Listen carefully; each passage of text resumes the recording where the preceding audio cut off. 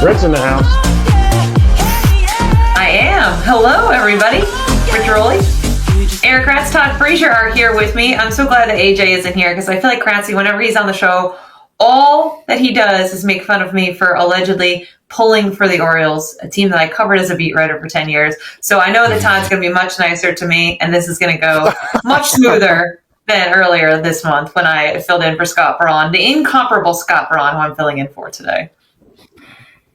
Yes, we will be nice, even though I thought they should have traded all their prospects away a couple of years ago. But that's all right. We'll be nice about it. I agree with you. AJ thinks I side with them and drink like orange Kool-Aid in my house. I don't. I totally agree with that. So, Here we are, though. Plenty of other news in baseball, right, as we head down the stretch into practically June.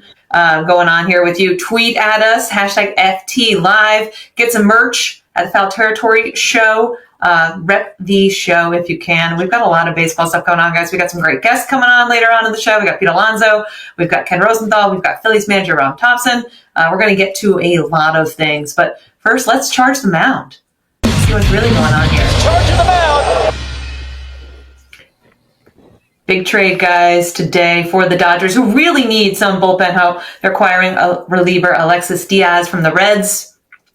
Diaz, of course, former all-star closer, but hasn't been able to find it as of late with Cincinnati. Was in AAA, really struggling to find that form again. Certainly, I think the Dodgers are just hoping to take a flyer on a guy who has been productive in the past. The Dodgers have, a rotating carousel.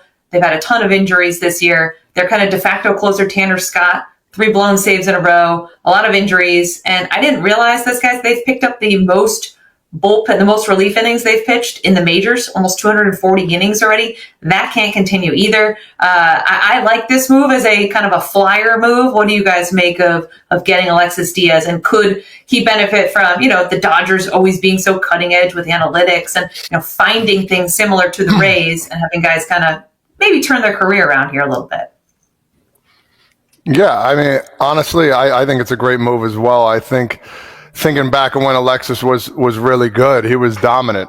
He's taken after his brother a little bit, but he is still a really good pitcher. I think a change of scenery is much needed. There's a lot of guys in baseball, like you see trades go on, you're like, that guy probably should have stayed at home and might not work out, and it usually doesn't. But it's a change of scenery. It's getting acclimated with new managers, new coaches, new analytical processes, and maybe they find something in him that nobody else could see. So, what can hurt? He was in AAA and, not doing so well. But, in the back of your mind, once he is right, he's a really good pitcher. And I think the Dodgers will help him with that. And I think it's a really good pickup.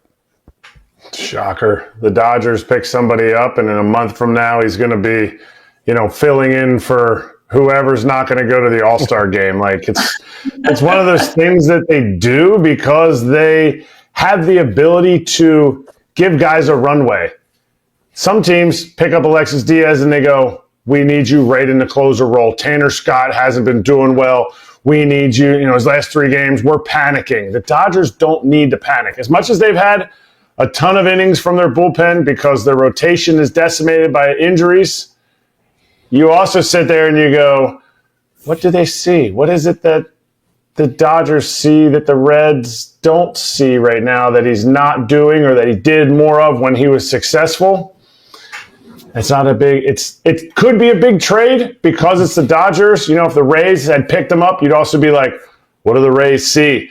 It's just about finding that value. But for the Dodgers right now, it's all about finding innings. They need to find 9 innings a night because, like I said, they have injuries not only to their starting rotation, but their bullpen. Blake Trinan, Evan Phillips, Brusdar Graterol. I'm thinking, I think Kopech's coming back soon, but these are monster dudes in this pen that they just don't have right now. So they need arms.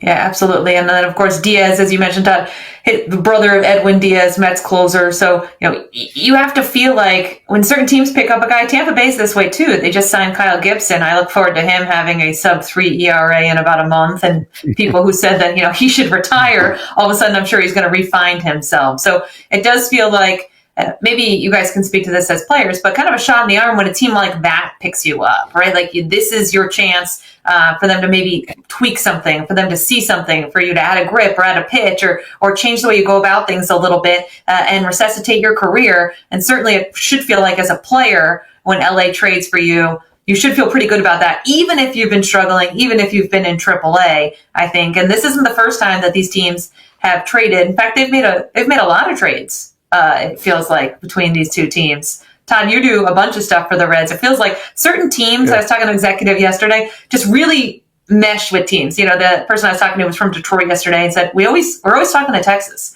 You know, we made a bunch of trades with Texas last year at the deadline. It feels like the Reds and Dodgers are similar and that they have a lot of pairing. You got the Gavin Lux trade, of course, that happened. You go back to 19 when Cincinnati got Kyle Farmer, Yasiel Puig, Matt Kemp, Alex Wood. And that trade, of course, helped the Dodgers later trade for Max Scherzer, Trey Turner, because Josiah Gray was in that package. So it feels like these two teams kind of have been in a lot of communication, really get along well, and it feels like the Dodgers here are trying to fill a need as they try to get healthy. 5 of their top right-handed relief options, as Craftsy said, currently injured. That's not going to be that way forever, but if they can find a guy to get Diaz back and get him into the fold as they get healthier, that bullpen can slowly become a strength again from that right side.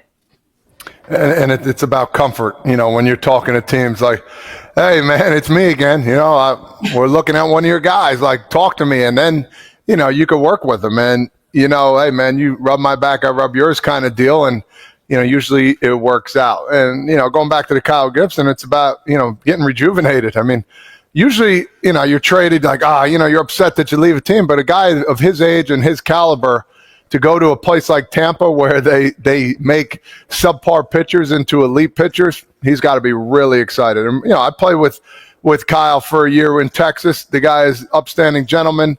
He's a great dude. He's a leader, and he was going to take any criticisms, any attention to details, and he's going to run with it. And maybe we'll see another, you know, second gear on a Kyle Gibson.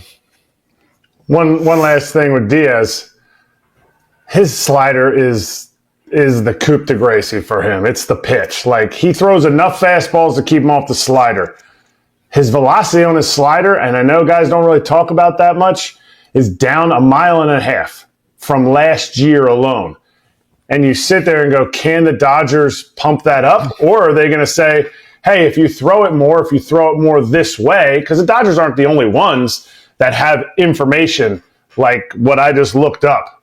You sit there and you go, okay, we're just going to have you throw it more. That's usually what ends up happening. You go to a team like this and they say, hey, we're just going to up the usage of your best pitch and see how that works out. You know, up it from 45% to even like a 60 or 65%.